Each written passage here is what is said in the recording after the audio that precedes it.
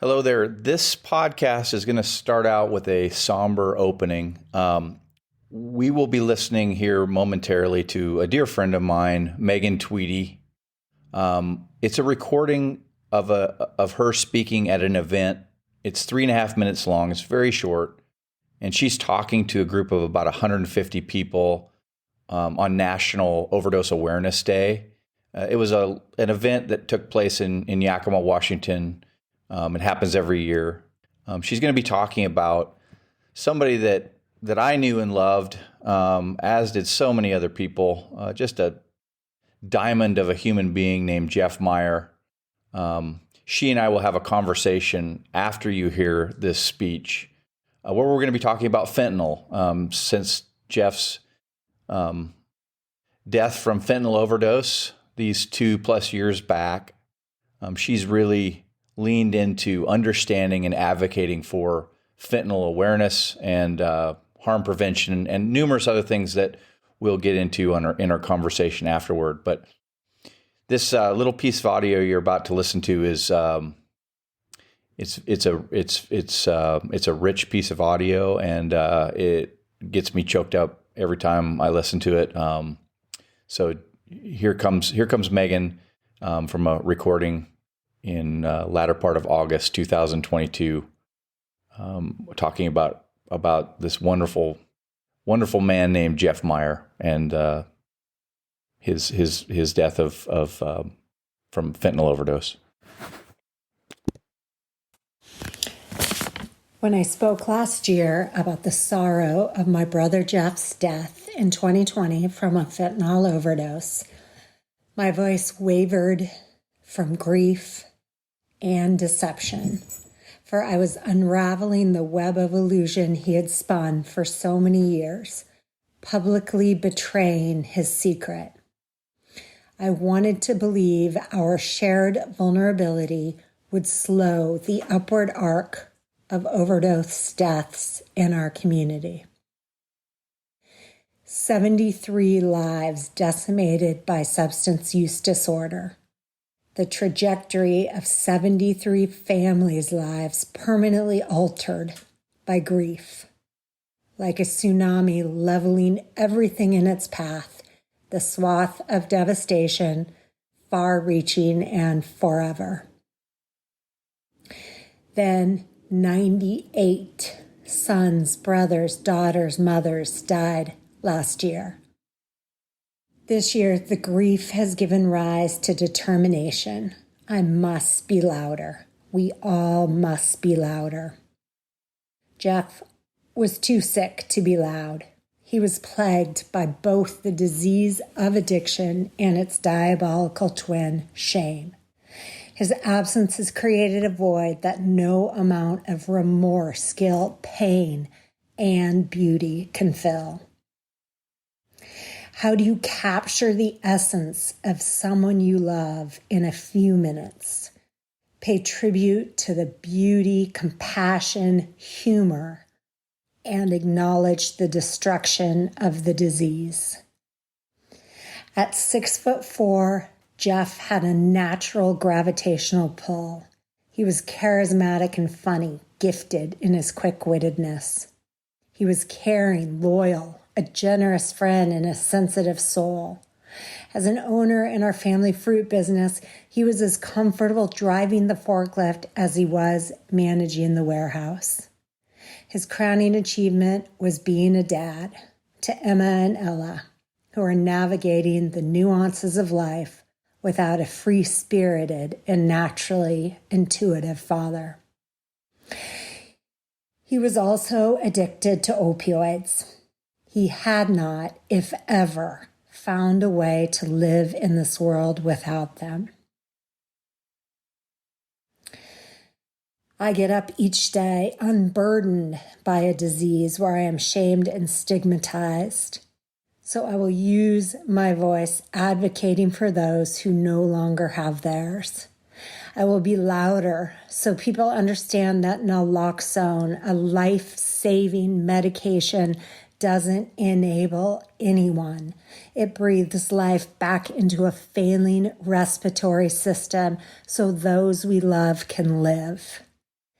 until we all remove the mask of stigma and see that underneath, people are dying.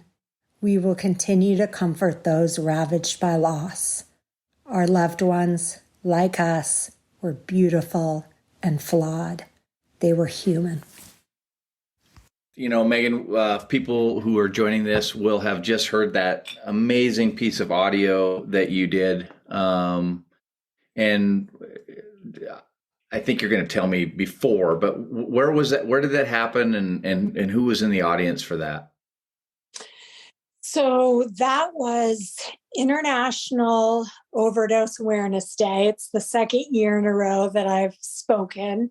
And the mission of that day is to, first and foremost, honor those who have died, who have lost their lives to overdose.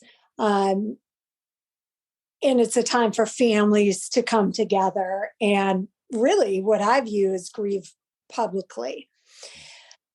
I think it's probably more about education than anything, because we don't get maybe a ton of families who are present that have lost a loved one to overdose, but certainly more this year than last year. So my hope is that it's changing. And that also, when I say that, may not be a true statement because it's still very much a hidden disease. So it may be that people are there in the audience who have lost a loved one. Or certainly, I know that there are many in attendance who are in the throes of addiction because they also share. But I am quite outspoken and was very outspoken this year in that I wanted to see the event really focus on that piece of this is a somber time to honor those who have died. And I think this year in particular, it really had that feel. So I would love to attempt in this little chat to catch somebody up. So fentanyl is a fairly new phenomenon. So it's a new player on the field of addiction.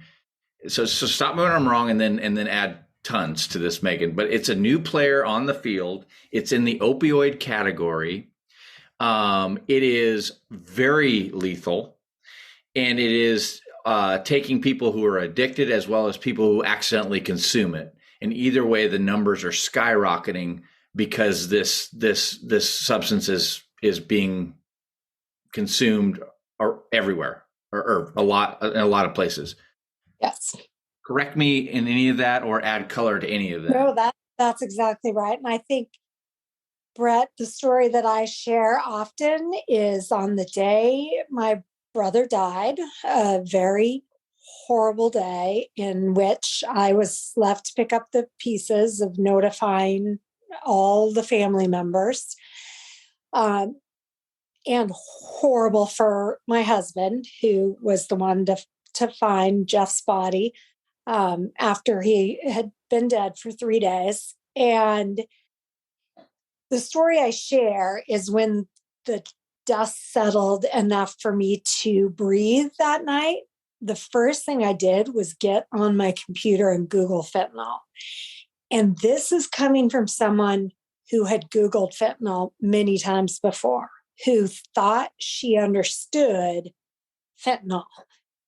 But I never really did, because it's a confusing topic. So I share that story because that gives you an idea of the vastness of the topic and how hard it is to pinpoint, what issues do we really want to talk about when we're talking about fentanyl. But I can tell you that in Yakima in 2016, there were 0 overdoses related to fentanyl. In 2021, the last year that we have data so far, there were 56 related to fentanyl and 56 of 98. So kind of the statistic that's used often is nationwide. They say 70% of overdose deaths are now related to fentanyl. So, and trying to be brief, kind of the history of it is that we know pharmaceutical grade opioids were prescribed at just unprecedented rates. The data is just stunning. That, at one time, I think every resident in Yakima, in fact, here I'm going to tell you real quickly because I was just reading in the paper, a total of 936,000 prescription pain pills, enough for 36 pills per person per year, were supplied to Yakima County from 2006 to 2014. So we know we had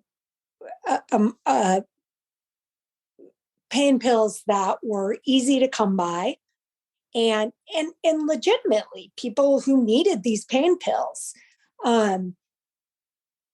But from there, what happened is drug manufacturers, and when I say drug manufacturers, I mean illicit drug manufacturers, drug cartels, drug dealers, are savvy and they want to make money. And so they are still able to manufacture a very cheap synthetic opioid that does not require poppy fields and natural substances. So it's easy, from my understanding, from, again, podcasts, books, videos I watch, to manufacture fentanyl.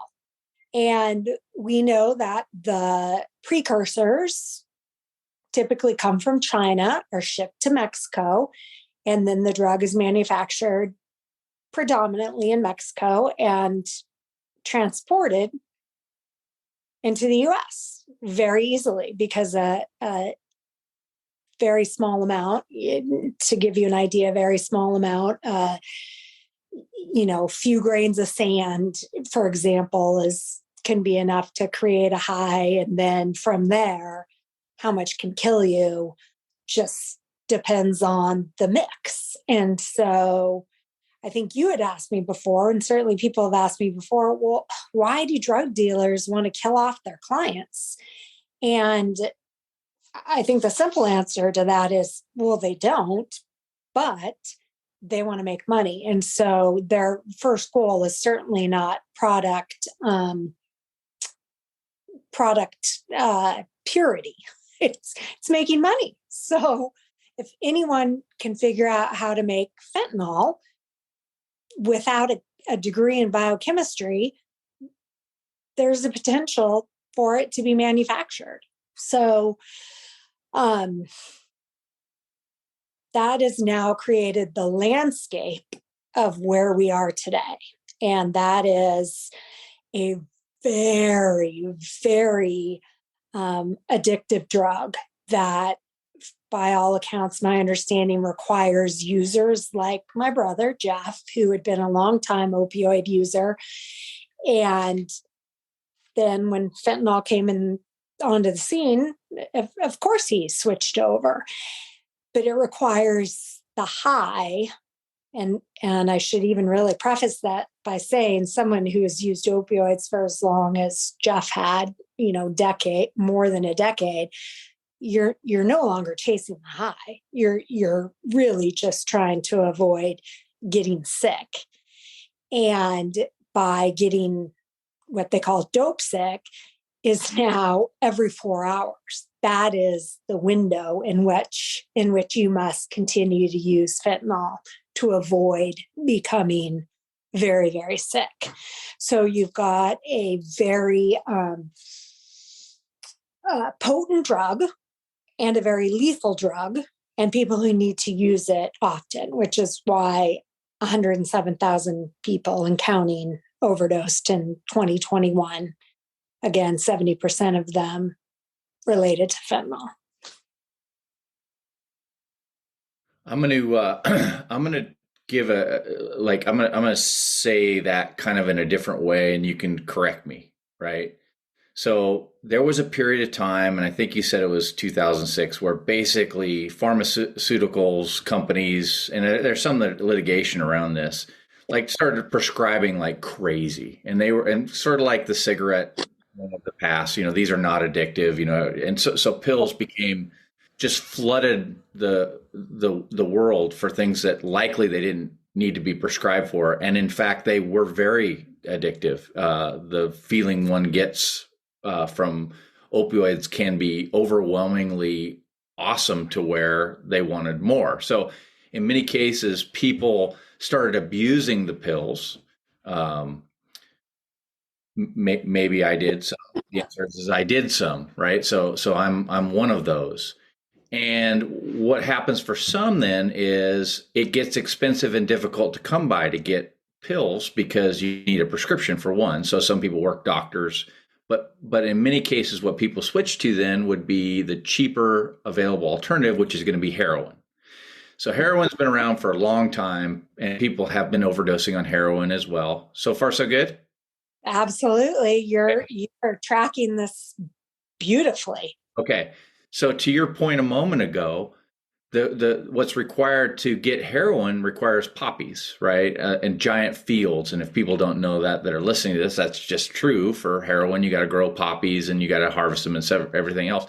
And then in around 2006, I don't know who figured it out, but they figured out a lab version of it, a lab version of a high-powered opioid.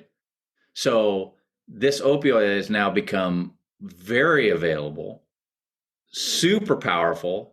And here's the part that it gets even weirder, is that there is, to your point, there is no quality control. So we got knuckleheads in places building these or making this stuff, and it's coming out on the market, and people think that they're taking a little, and maybe they are, and maybe they're not. Maybe they're taking a lot. Did I get all that pretty accurately so far? Absolutely, 100%. Okay, so now I want to pitch it over to another part of this story that I think I wasn't aware of, but I think a lot of people, I think it's a good link in this chain.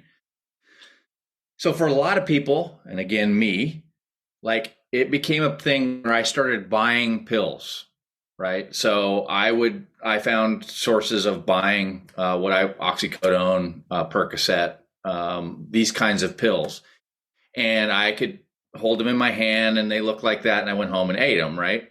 So it is my understanding that these drug manufacturers are now taking the fentanyl and pressing them into pills that look like Percocet, like the stuff that people would get at in the back of somebody's medicine cabinet, right?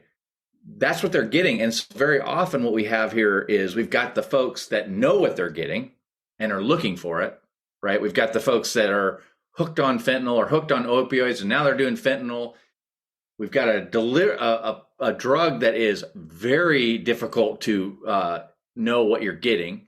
And now we enter another realm, which is we've got people who are selling Percocets or oxycodone, but it's not.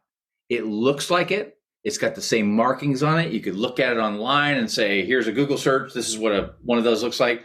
But in fact, it's full of fentanyl. Did I get any of that incorrect? Yep, you're right on.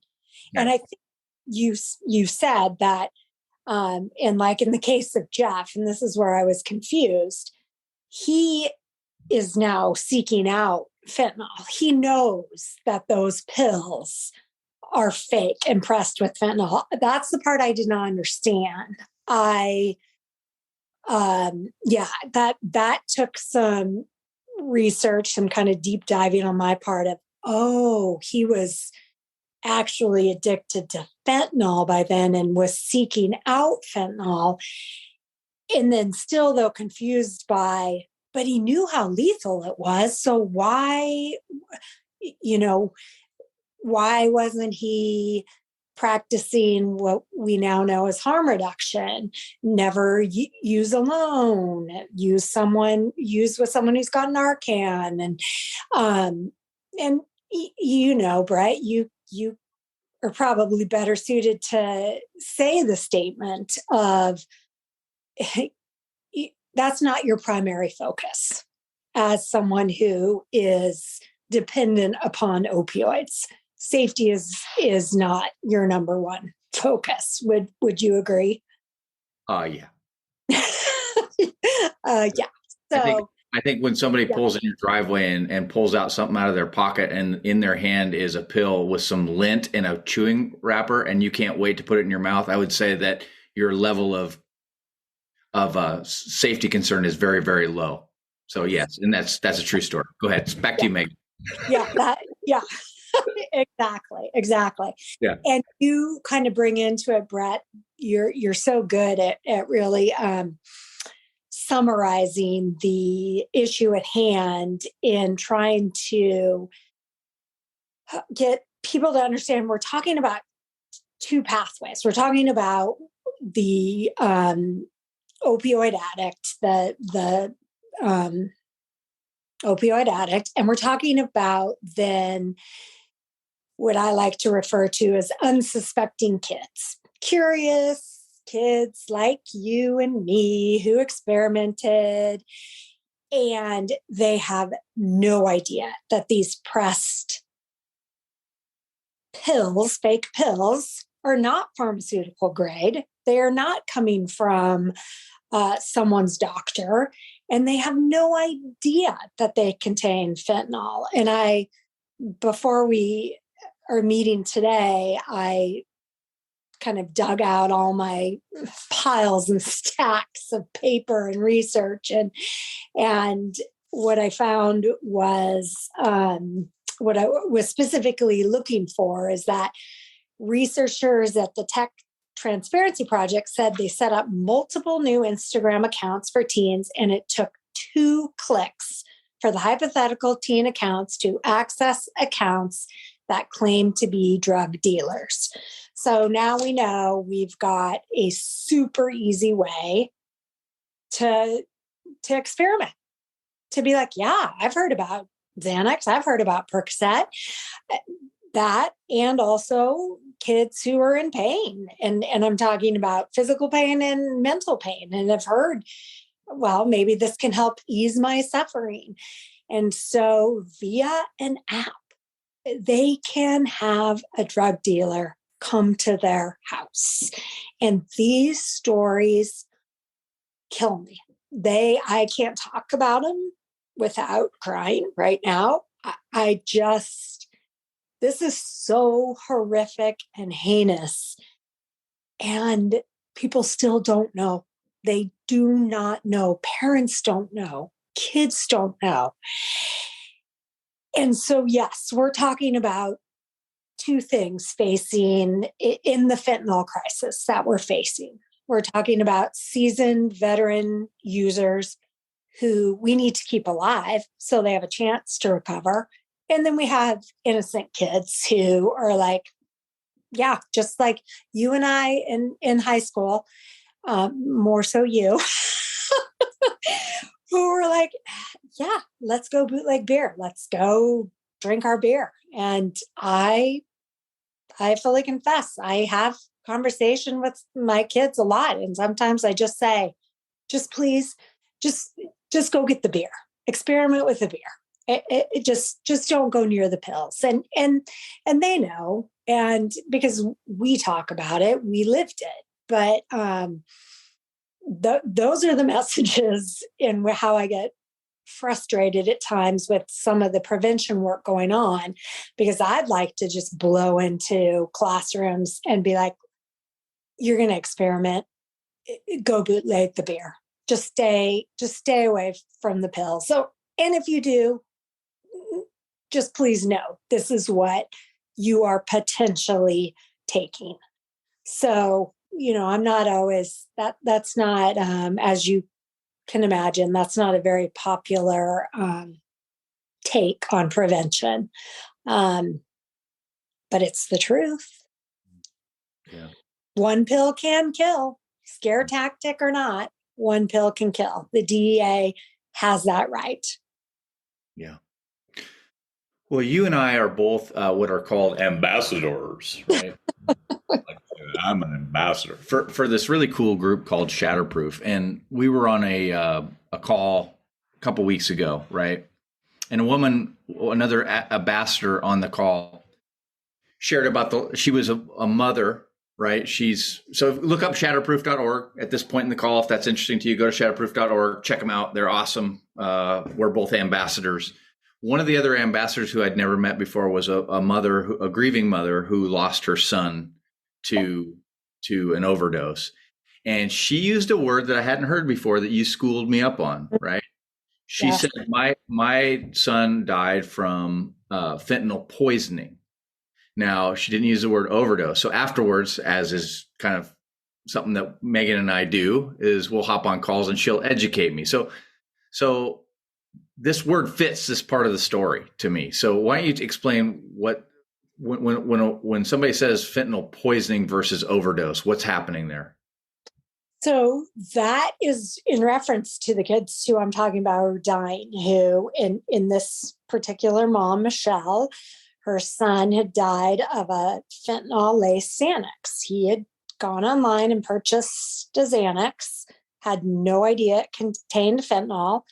He was not an addict. He was not in, language now we use substance use disorder versus addiction, but I just often use addict. So he was not an addict. Michelle and many moms who have had their children die by fentanyl poisoning don't want their son or daughter classified as an addict. And that right there should be end of story. It does not matter what their reason is, whether that is helping stigma or shame, it doesn't matter. They earn that right. And if they want their loved one, their son, daughter, grandson, niece, nephew, categorized as death by fentanyl poisoning, absolutely, we should be clarifying that.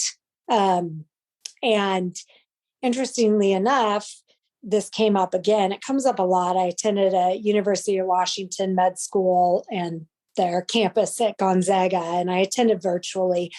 And it was addressing the fentanyl crisis in Spokane. And it's currently what I'm working on in Yakima, is bringing the same thing to Yakima with real experts in the field of addiction, people who study the data, who work in the trenches.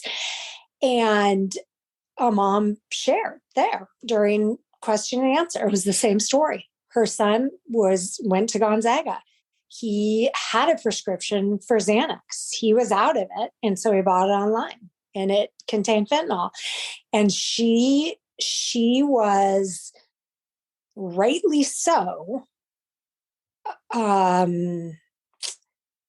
emotional is the word I would use, in calling out the panel of speakers and saying, why are you not calling this fentanyl poisoning? This was not an overdose. And I think that's a really important distinction to be making in this conversation, because it means something to those parents. And, the one of the panelists said, well, it's kind of a technical term, overdose, meaning it was too much of a dose. But I still would argue that let's try and use that language as best as we can. If I have no problem. Jeff died of a fentanyl overdose. He was addicted. And yeah, I think it's important to parents. And so I'm supporting them 100%. Yeah. And so one of the things that I'm hoping to do with this podcast and our conversations and everything else is educate people. So when I hear a word like that, now, if you hear a word like that, if you're listening to this podcast and you hear somebody say fentanyl poisoning, you'll know the distinction, right? And I think it's good to know that, right? I think that's useful, because it also helps tell the story of what fentanyl is and how it's infiltrating, kids and different places beyond those that are also addicted to it and are seeking it out. So, Yes. so thank you for going through that. So I'd like to pivot now to some solution stuff. And you use the word. I'm guessing there's a large bunch of people on this call that have never really understood what's this Narcan business all about, right? It's harm reduction. That's the term. Harm reduction is Narcan. I'll explain that in a second, but what I really want to explain is the term harm reduction, because harm reduction is wearing a condom or using birth control if you do not want to have a baby. It is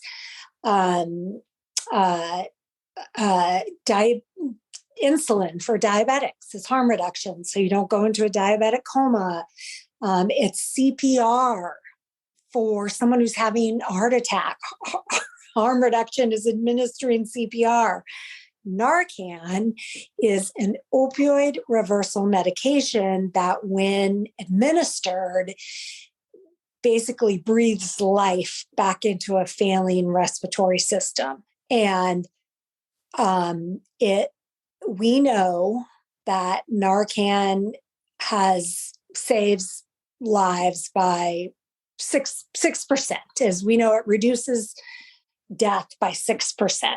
And it's not yet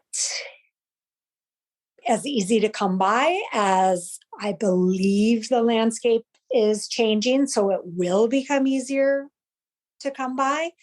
But it saves lives. End of discussion. That's Okay. what it.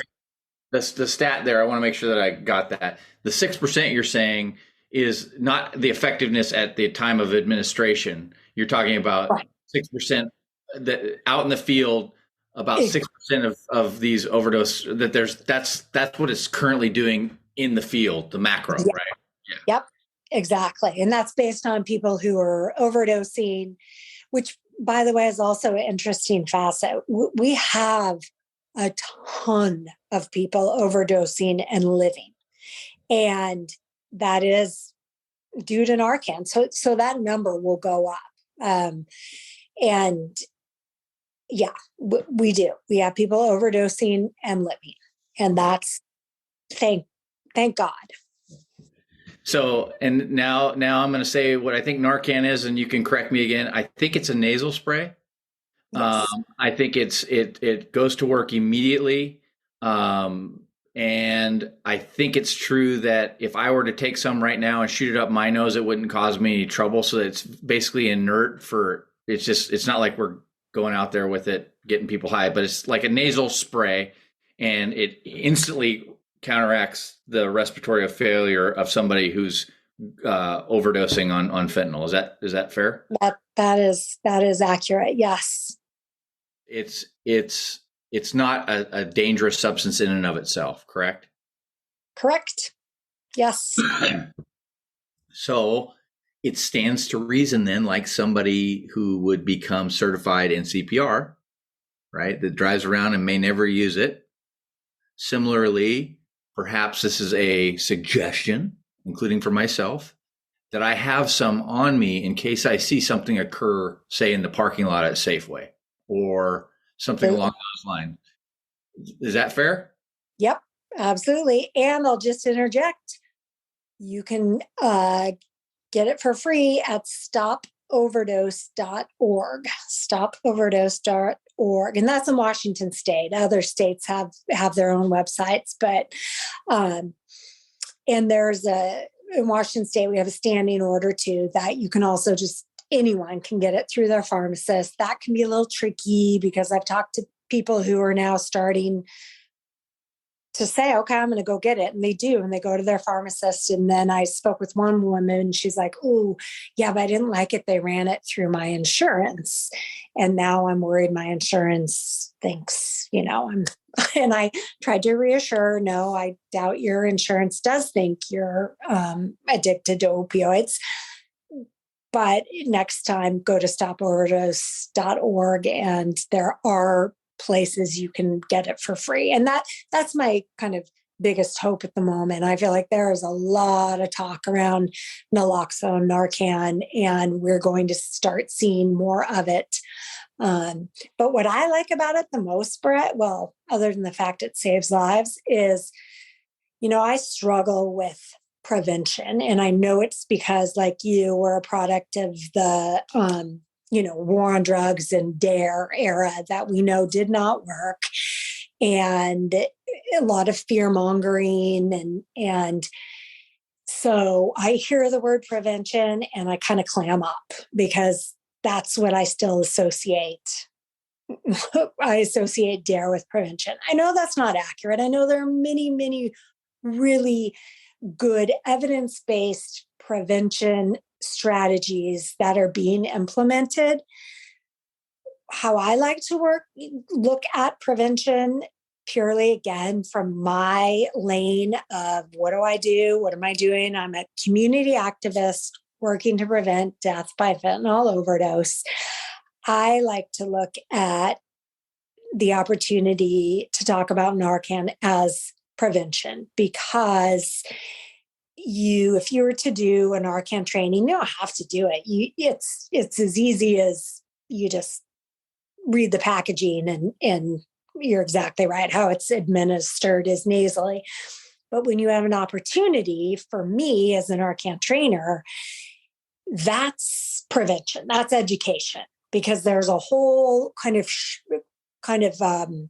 spiel behind it. The training takes 45 minutes. Well, it's 45 minutes of really important and good information that is being administered to the public around opioids. What are they? What is their purpose? Why do we have them? And why, again, like we shared at the beginning of the podcast, how do we get from opioids to fentanyl? And so, to me, harm reduction and prevention go hand in hand. And that's where I get uptight when schools don't want to readily embrace Narcan. I just sends me through the roof. Yeah. Well, and even I'll just add a little seasoning to this conversation when you were talking about your friend who didn't want their insurance to run it, right? Mm-hmm. That's an example too, where that shame and stigma, right? Totally. So let's just say this person did have a problem, right? And they are looking out for themselves or whatever. That's not a gateway to potentially the beginnings of access to healthcare to address the disease is tough, because suddenly the shame and stigma shows up. Principals aren't just like, hell yeah, it's going to be in the bathrooms. Somebody hell yeah, it's at the pharmacy for free. And not only that, but you don't have it in your glove box. Well, you should. And there's no shame around this. We're looking out for each other. Guess what? People do recover that have this disease. Yeah, Brad, it's such a good reminder. I know where you were going, is that people can go on to live healthy lives. Like, I was just listening to your first podcast, and that's what struck me the most, is just two dudes in recovery, just laughing about and looking back on the things that you were so ashamed to share. And I love that about it. It's just life. We're just humans trying to deal with our shit. And to be able to have that hindsight, I don't, well, of course, I wish that I had that with my brother. I mean, of course, it doesn't make me want to listen to stories of success less often. I could sit around like you and talk about addiction all day and listen to people's stories. And so, yeah, I don't know where I was going with that, but thank you for doing this podcast, because I learned a ton just from listening to two dudes sitting around talking. Yeah. Well, you and I have been communicating about addiction now for at least, I'd say it's been a good year now, wouldn't you say? Yeah, I think so. Yes. Yeah. And just to admit my ridiculousness and mental capacity, like it's only been this month that I've really understood fentanyl. And so thank you for being patient with me and moving me towards understanding it better. And so that potentially people that listen to this who are similar, who don't know much about fentanyl will know some things that they didn't know before. And that this thing is with us. It isn't going anywhere probably. And so, a little education be useful for everybody, I think. I couldn't agree more. And I think, Brett, to kind of piggyback on that is I use quote a friend of mine. He's become a friend of mine. We don't have a DEA office in Yakima, but he's a detective and he's on the DEA task force. And he said to me, he's like, we will never win the war on drugs. America's appetite is too huge. And it was just so profound because I'm like, if we can all embrace that, fentanyl is here to stay. You can talk about the borders and securing them all you want.